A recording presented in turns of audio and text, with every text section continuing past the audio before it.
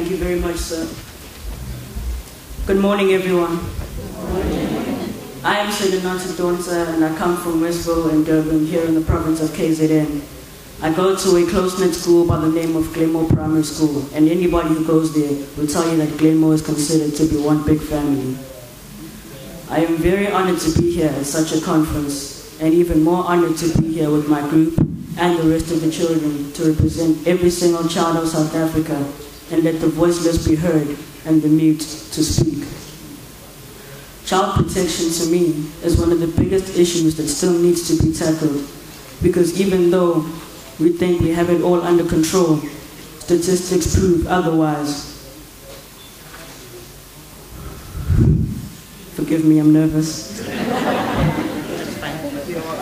I also feel a great sense of appreciation for whoever may have decided to have children be at this conference, because you cannot, and I mean cannot, make permanent decisions on how to keep young children safe and sound without their presence and their input.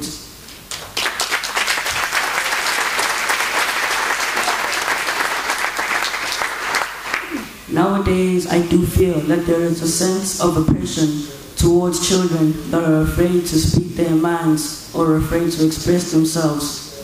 Adults do not seem to understand the importance of listening to us youngsters about how to protect us youngsters.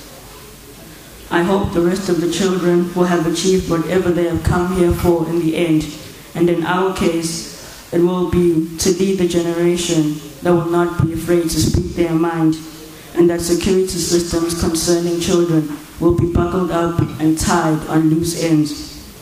The most important part of it all, though, would be to make sure that after this conference, no vulnerable child will ever be taken advantage of, and that after this conference, no child will ever feel unsafe. Thank you.